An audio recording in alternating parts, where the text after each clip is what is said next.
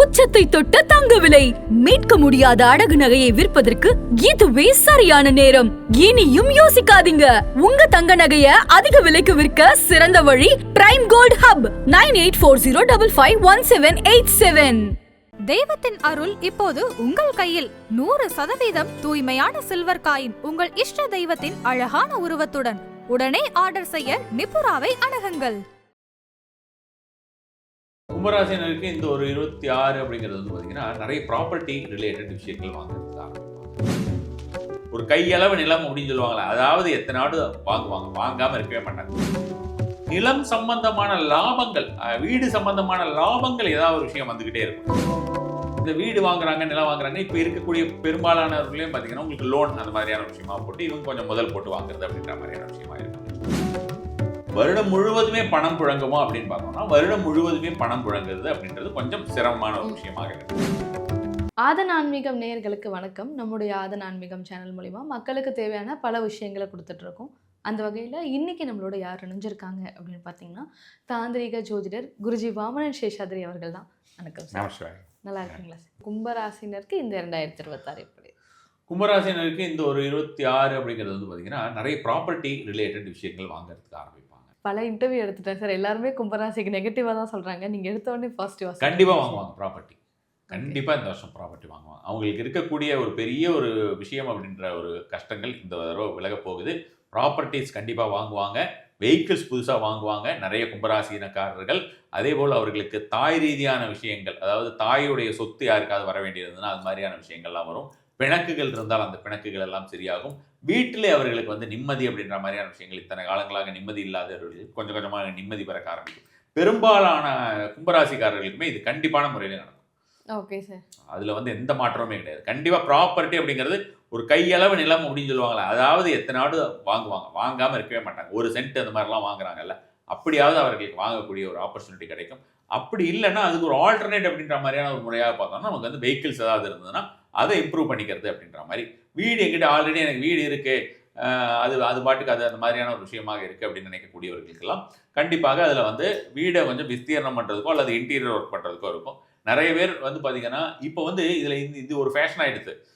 அவங்களால வந்து ஒரு டேட்டா யூஸ் பண்ணி யூடியூப் பார்க்க முடியுது நிறைய நேரம். அது வந்து ராசி பலனாக இருக்கலாம், வேறு ஏதாவது என்டர்டெயின்மெண்ட் கண்டென்ட்டாக இருக்கலாம். ஆனால் அவங்களுடைய கமெண்ட் எப்படி இருக்குன்னா, எனக்கு வாடகை கொடுக்க காசு இல்லாமல் இருக்கேன், எனக்கு அடுத்த வேலை சாப்பாடு காசு இல்லாமல் இருக்கேன் அப்படின்றாங்க. ஸோ அந்த நெக்ஸ்ட்டு வேலைக்கு சாப்பாடுக்கு காசு இல்லாதனா அதை இதை பார்க்குறத நிறுத்திட்டு அவங்க அதுக்குண்டான வேலையை தான் அவங்க பார்க்கணும் இல்லையா? ஸோ இன்கேஸ் அந்த மாதிரி சாப்பாட்டுக்கு இது வாடகை கொடுக்க வழி இல்லாதவர்களுக்கு அது மாதிரிலாம் இல்லாமல் அந்த வாடகை ப்ராப்பராக கொடுக்கறதுக்கு, இது வரைக்கும் நிறைய டியூ வச்சுருந்தாங்கன்னா அந்த டியூ எல்லாம் அவங்க கிடைக்கிறதுக்கு இந்த மாதிரி, அதாவது நிலம் சம்பந்தமான லாபங்கள், வீடு சம்பந்தமான லாபங்கள் ஏதாவது ஒரு விஷயம் வந்துக்கிட்டே இருக்கும். ஏதாவது ஒன்று கண்டிப்பான முறையில் வரும். திடீர் அப்படின்ற மாதிரியான விஷயமா வரும். ஆனால் அவங்களுக்கு லிக்விட் கேஷ் நிறைய கையில் புழங்குமா அப்படின்னு கேட்டால் அது கொஞ்சம் கஷ்டம் தான். லிக்விட் கேஷாக புழங்குறது அப்படின்ற மாதிரியான விஷயமாக இருக்கிறது கொஞ்சம் கஷ்டம் தான். இது இந்த வீடு வாங்குறாங்க, நிலம் வாங்குறாங்க, இப்போ இருக்கக்கூடிய பெரும்பாலானவர்களையும் பார்த்தீங்கன்னா உங்களுக்கு லோன் அந்த மாதிரியான விஷயமா போட்டு இவங்க கொஞ்சம் முதல் போட்டு வாங்குறது அப்படின்ற மாதிரியான விஷயமா இருக்கும்னு வச்சுக்கோங்களேன். அது மாதிரி விஸ்தீர்ணம் பண்ணுறது அந்த மாதிரியான விஷயங்கள். வருடம் முழுவதுமே பணம் புழங்குமோ அப்படின்னு பார்த்தோம்னா வருடம் முழுவதுமே பணம் புழங்குறது அப்படின்றது கொஞ்சம் சிரமமான ஒரு விஷயமாக இருக்கும். ஓரளவுக்கு அப்பப்போ வருது அப்பப்போ போகிறது அப்படின்ற மாதிரி இருக்கும். ஆனால் ஓவராலாக பார்த்தோம்னா எனக்கு பொறுத்த வரைக்கும் கும்பராசினருக்கு இந்த ஒரு ஆண்டு வந்து அற்புதமான ஆண்டாக தான் இருக்கும். இவர்கள் பரிகாரம் அப்படின்ற மாதிரியான விஷயமா நம்ம வந்து செஞ்சோம்னா மகாலட்சுமி அல்லது இந்திர வழிபாடு ஃபர்ஸ்ட் கிளாஸாக பலன் தரக்கூடியதாக இருக்கும். அவர்களுக்கு இந்திர வழிபாடு ஆரம்பிச்சிட்டாங்கன்னா போதும். தினசரி கிழக்கு நோக்கி அவர்கள் வந்து ஓம் இந்திராய நமக மந்திரம் சொல்லிக்கிட்டு, இந்திரன் அப்படின்றது ஒரு உருவகப்படுத்தி கொண்டாலும் சரி அல்லது உருவகப்படுத்தி கொள்ளாமல் அவர்கள் வந்து எந்த ஒரு ரூபத்தை பற்றியும் நிறைய பேர் கேட்டால் இந்திரன் எப்படி இருப்பார் அப்படின்னு கேட்குறாங்க. நம்ம எல்லாத்தையுமே ரூப வடிவமாக பார்த்து நம்ம வந்து பழகிட்டதுனால. ஸோ அப்போ அந்த மாதிரி அவர்கள் வேணும்னா அது பார்த்துக்கலாம். இப்போ எல்லாமே கூகுளில் கிடைக்கிறது தானே. ஸோ அந்த மாதிரி இருக்குது. அப்படி இல்லாதவர்கள் அவர்கள் வந்து கிழக்கு நோக்கி அவர்கள் வந்து இந்திராய நமக மந்திரம் வந்து சொல்லலாம். மனதிற்குள் எவ்வளவு முறை சொல்லணுமோ சொல்லலாம். எப்படி நம்ம வந்து ஏதோ இடி வந்ததுன்னா இப்போ அர்ஜுனான்னு சொல்லுவாங்க அப்படின்ற மாதிரி, அது மாதிரி இந்திரான்னு நம்ம வந்து இந்திராய நமன்னு சொல்லலாம். இந்திரன் ஒரு கடவுள் தான். எல்லா விதத்திலையுமே தன்னை தாயாக, தந்தையாக, அண்ணனாக, தம்பியாக, நண்பராக பாவித்து கொண்டாலுமே கூட உடனடியாக பலன் கொடுக்கக்கூடிய தெய்வம். அன்ஃபார்ச்சுனேட்லி திரை மெயினாக வந்து பார்த்தீங்கன்னா இந்த திரைத்துறையிலே ரொம்ப மட்டமாகவும் தவறாகவும் சித்தரிக்கப்பட்ட ஒரு நபர் வந்து இந்திரன், இன்னொருத்தர் நாரதர். இவங்க 2 பேரையுமே வந்து மகா புருஷர்கள், மிகப்பெரிய சக்தி வாய்ந்தவர்கள். இவரெல்லாம் சாதாரண ஆள் கிடையாது நாரதரெல்லாம். அவங்களெல்லாம் ரொம்ப ஒரு காமெடியா நாரதரை காமிச்சிட்டாங்க. இவரை வந்து ஒரு காமுகனா காமிச்சிட்டாங்க. இது ரொம்ப தவறான ஒரு விஷயம். வேதத்திலே அப்படி சொல்லப்படலை. வேதம் படித்தவன் எவனும் அது மாதிரியான விஷயமாக சொல்ல மாட்டான். Okay sir. இவங்களுக்கு இந்திர வழிபாடு மட்டும்தானா சார்? இந்திர வழிபாடு செய்வது நல்ல ஒரு பலன் தரக்கூடியதாக இருக்கும் வச்சுக்கோங்களேன். அற்புதமான பலன் தரக்கூடியதாக இருக்கும். அவங்க வந்து பசுமாட்டிற்கு சக்கரை பொங்கல் கொடுத்தாலுமே சூப்பரா பலன் தரக்கூடியதாக இருக்கும். சனிக்கிழமைகள் கொடுக்கணும். காலில் செருப்பு இல்லாமல் கையில் அவங்க வந்து சக்கரை பொங்கல் கொஞ்சம் அவங்க வீட்டிலேயே செஞ்சு எடுத்துக்கொண்டு போய் மாட்டுக்கிட்ட கொடுத்தோம்னா மாடு வந்து சாப்பிடும்போது கையை நக்கி நக்கி தானே சாப்பிடும். அது மாடு கையை நக்கணும். நம்ம கையை நக்கிற மாதிரி அது மாடு சாப்பிடும். அது மாதிரி சாப்பிட்டு அதுக்கப்புறம் அவங்க கை கழுவிட்டு அவங்க வேலையை பார்க்கலாம். இது மாதிரி அவங்க செஞ்சுட்டு வந்தாலுமே சூப்பராக பலன் தரக்கூடியதாக இருக்குன்னு வச்சுக்கோங்களேன். ஏன்னா நம்ம வந்து எல்லா வித தெய்வங்களுமே பசுமாட்டில் இருக்கிறது அப்படின்ற மாதிரியான விஷயமாக தான் சொல்லி வருகிறோம். சனிக்கிழமைகளில் இந்த ஒரு விஷயம் செய்தாலும் நல்ல பலன் தரும். வெள்ளிக்கிழமைகளை செஞ்சாலுமே அவங்களுக்கு பண ரீதியான ஒரு விஷயம். இப்போ லிக்விட் கேஷ் கொஞ்சம் குறைவாக இருக்குன்னு சொன்னேன் இல்லையா, அதை அவங்க சரி கட்டுறதுக்கு கும்பராசினர் இந்த ஒரு விஷயத்தை செய்தால் போதும், நல்ல ஒரு பலன் தரக்கூடியதாக. சார் 2026 எல்லாருமே சொல்லிட்டு இருக்காங்க தான் எப்படி இருக்கும் அப்படின்னு சொல்லிட்டு. பட் இன்னைக்கு நாம பேச போகிறது கொஞ்சம் வித்தியாசமா. தாந்திரீக முறை உங்களுடையது. இந்த தாந்திரீக முறையில் இந்த 2026 நம்ம எப்படி அணுகணும்? 2026 நம்ம எந்த மாதிரியான விஷயங்கள்லாம் இருக்கும் அப்படின்னு நம்ம வந்து உலகளாவிய நாடுகளுக்கே பார்த்துக்கலாம்.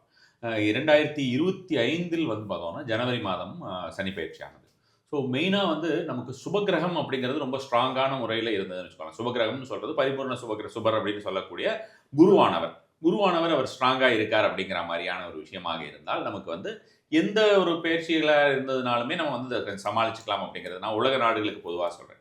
ஆனால் இப்பொழுது இருக்கக்கூடிய குருவுடைய ஒரு நிலையுமே சரி கிடையாது, சனியுடைய நிலை சரி கிடையாது. சனி வந்து பிரளய சனி என்று நான் முன்னரே கூறியிருந்தேன். அதாவது நம்ம வந்து தத்துவார்த்தம், அதாவது மெயினாக வந்து இந்த தாந்திரிக் அஸ்ட்ராலஜி அப்படிங்கிறது வந்து நம்ம எசோட்ரிக் அஸ்ட்ராலஜி அப்படின்ற மாதிரியான விஷயமாகவும் எலிமெண்டல் அஸ்ட்ராலஜின்னு வெவ்வேறு பெயர்களில் சொல்லுவோம்னு வச்சுக்கலாம். பஞ்சபூத தத்துவங்களை மிக ஆழ்ந்து நோக்கி அதன் மூலமாக நமக்கு பலன்கள் எடுப்பதும் சரி, அதே மாதிரி வந்து பார்த்தீங்கன்னா குறிப்பிட்ட கிரகங்கள் திதிகள் இப்போ இந்த பஞ்ச அங்கங்கள் இருக்கு இல்லையா, அதன் மூலமாக அதில் இருக்கக்கூடிய சில முறையிலே நமக்கு பரிகாரங்கள் எடுப்பது அப்படின்றது. என்ன ஒரு கஷ்டத்தில் இருந்தாலும் ஏதாவது ஒரு ரூட் அப்படின்ற மாதிரியான விஷயம் கண்டுபிடிச்சு வச்சிருப்பாங்கன்னு சொல்றது. அந்த மாதிரியாக நம்ம முன்னோர்கள் கண்டுபிடித்த முறையில் தான் நம்ம வந்து இந்த பரிகாரங்கள் கொடுக்குறது. அதனால தான் இந்த தந்திர முறையிலே கொடுக்கக்கூடிய பரிகாரங்கள் நமக்கு ஃபாஸ்ட்டாக ஒர்க் ஆகக்கூடியது அப்படின்னு. அப்போ இந்த பிரளய சனி என்று சொல்லக்கூடிய இந்த நீர் ராசியில் இருக்கக்கூடிய சனி பகவான் வந்து சரியான ஒரு சூழ்நிலையிலே இல்லை. இப்போ மட்டும் கிடையாது, வரக்கூடிய இப்போ அடுத்தது உங்களுக்கு பார்த்தீங்கன்னா 2027 வரக்கூடிய சனி பயிற்சி ஆகட்டும், அதற்கு பிறகு அப்போ வந்து மேஷத்துக்கு வந்துடுவார், அதுக்கப்புறம் அவர் ரிஷபத்துக்கு போவார். இந்த ரிஷபத்தில் இருக்கிற வரைக்குமே அவர் வந்து ஒரு சரியான ஒரு ரிஷபத்தில் பொதுவாக வந்து பார்த்தோம்னா சனியை பொறுத்த வரைக்கும் அவர் காற்று ராசியிலும் நில ராசியிலும் நல்லா அவர் வந்து கொஞ்சம் ஓரளவுக்கு நல்ல பலன்களை கொடுப்பார் அப்படின்ற மாதிரியான விஷயமா சொல்லலாம். கம்பேரிட்டிவ்லி ஓவராலாக அவர் கொடுக்கக்கூடிய கெடுபலன்கள் வெகுமளவு குறையும் அப்படின்னு சொல்லலாம்னு வச்சுக்கோங்களேன்.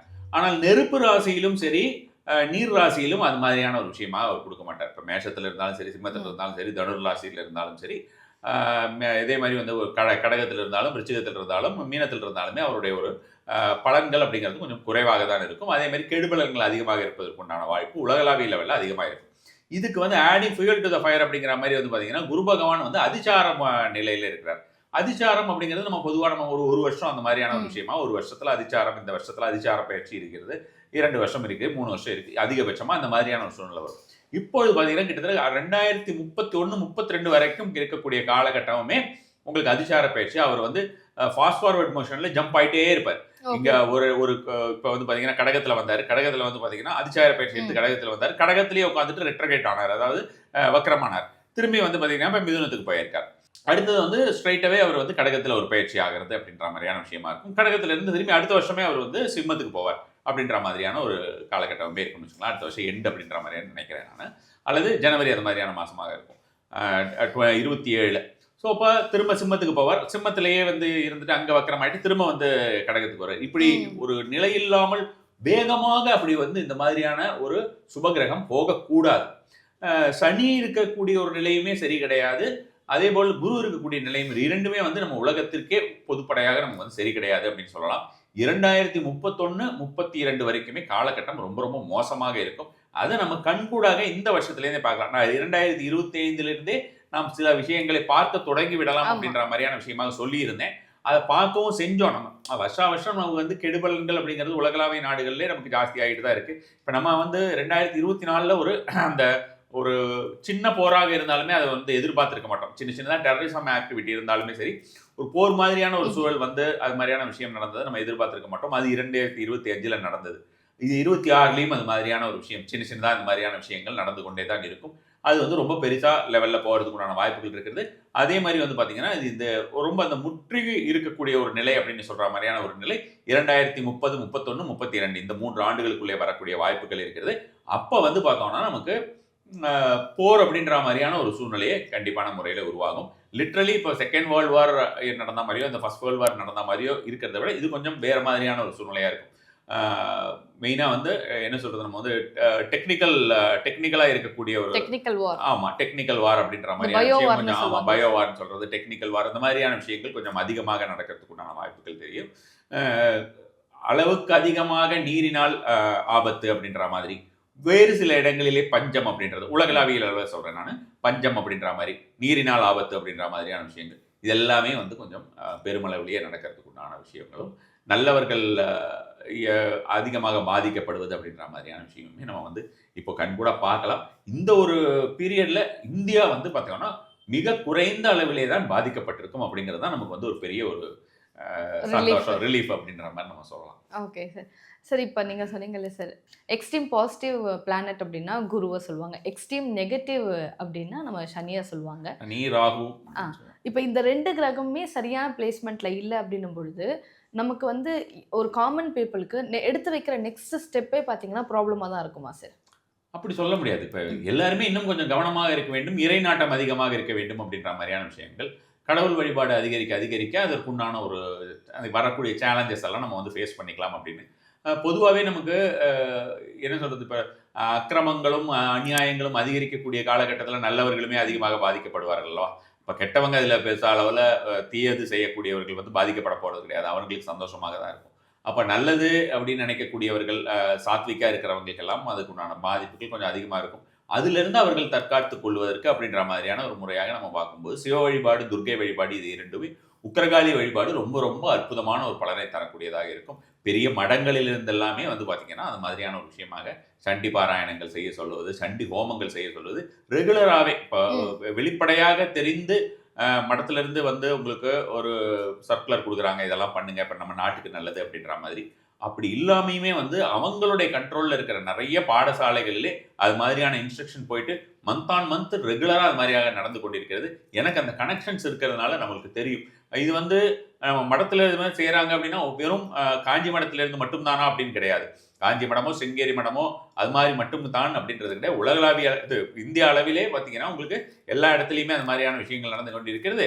நமக்கு வந்து இருக்கக்கூடிய மற்ற ஆதீனங்கள் எல்லாருமே கூட அந்த மாதிரியான ஒரு செயலிலே ஈடுபட்டிருப்பதாக தான் நான் அறிகிறேன்.